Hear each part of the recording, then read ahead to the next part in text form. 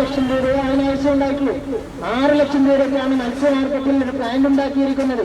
കണ്ടിക്കലിൽ plant ഉണ്ടാക്കാൻ 32.5 ലക്ഷം രൂപ 42.5 ലക്ഷം രൂപ മതി. പക്ഷേ കുട്ടിക്കാലത്ത് മണ്ണിടാൻ 85 ലക്ഷം രൂപ വേണം. അതിന്റെ കഥ വേറെയാണ്. അത് നമുക്ക് അവിടെ മാറ്റി വെക്കാം. ഏതായാലും ശരി, അങ്ങനെ ഏകത്തോടെ നഗരത്തിന്റെ വിവിധ ഭാഗങ്ങളിലായി 10 ടൺ കപ്പാസിറ്റിയുള്ള ചെറിയ ചെറിയ വികേന്ദ്രീകൃത മാലിന്യ പ്ലാന്റുകൾ സ്ഥാപിക്കുവാൻ തീരുമാനിച്ചു. നാം കാണുകയുണ്ടായ ഒരു കറുത്ത പോസ്റ്റർ.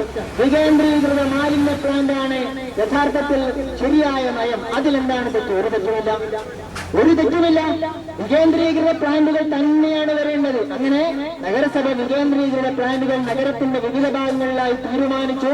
അതുമായിട്ട് മുമ്പോട്ട് പോകുന്നു. നമ്മൾ അതിനെ അഭിനന്ദിക്കണം. ആ 10 പ്ലാന്റുകൾ വന്നു കഴിഞ്ഞാൽ പിന്നീട് നഗരത്തിൽ വേസ്റ്റ് ഇല്ല. പിന്നെ വേസ്റ്റ് ഇല്ല. കാരണം ഇപ്പോൾ തന്നെ സീറോ വേസ്റ്റ് ആണ്. ഈ പ്ലാന്റുകൾ പ്രവർത്തനക്ഷമമാക്കുമ്പോൾ പ്ലാന്റുകൾ പ്രവർത്തിക്കണമെങ്കിൽ കുറച്ച് വേസ്റ്റ് ഉണ്ടാക്കേണ്ടി വരും.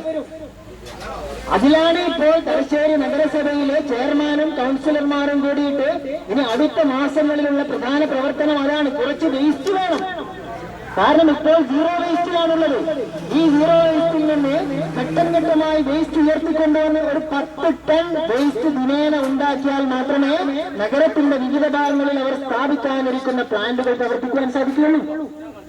അപ്പോൾ അത്ഭുതകരമായ പ്രവർത്തനങ്ങളാണ് ഇനി ഇവിടെ നടക്കുവാൻ പോകുന്നത്. ഈ 10 പ്ലാന്റ്, ഈ 5 പ്ലാന്റുകൾ കൂടി 10 ടൺ കപ്പാസിറ്റിയുള്ള പ്ലാന്റ് അവിടെ വന്നു കഴിഞ്ഞാൽ പിന്നീട് നാം ശാശ്വതമായിട്ട് രക്ഷപ്പെടുകയാണ്.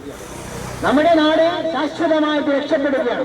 ഈ ശാശ്വതമായ രക്ഷപ്പെടലിന് വേണ്ടി നമുക്ക് ആ വിവരം നൽകുവാൻ വേണ്ടിയാവണം അടുത്ത ദിവസം, അതായത് നാളെ 22-ാം തീയതി ബഹുമാനപ്പെട്ട തലശ്ശേരി MLA-യുടെ നേതൃത്വത്തിൽ ഗസ്റ്റ് ഹൗസിൽ വെച്ച് ഒരു യോഗം വിളിച്ചു ചേർത്തിട്ടുണ്ട്.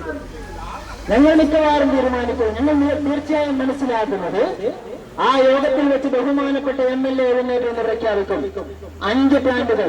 ഈ 5 പ്ലാന്റുകളും പച്ചക്കറി മാർക്കറ്റിലെയും മത്സ്യ മാർക്കറ്റിലെയും 2 പ്ലാന്റുകളും പ്രവർത്തനക്ഷമമാവുന്നതോടുകൂടി തലശ്ശേരി നഗരം എന്നേക്കുമായി മാലിന്യങ്ങളിൽ നിന്ന് മോചിതമാവും.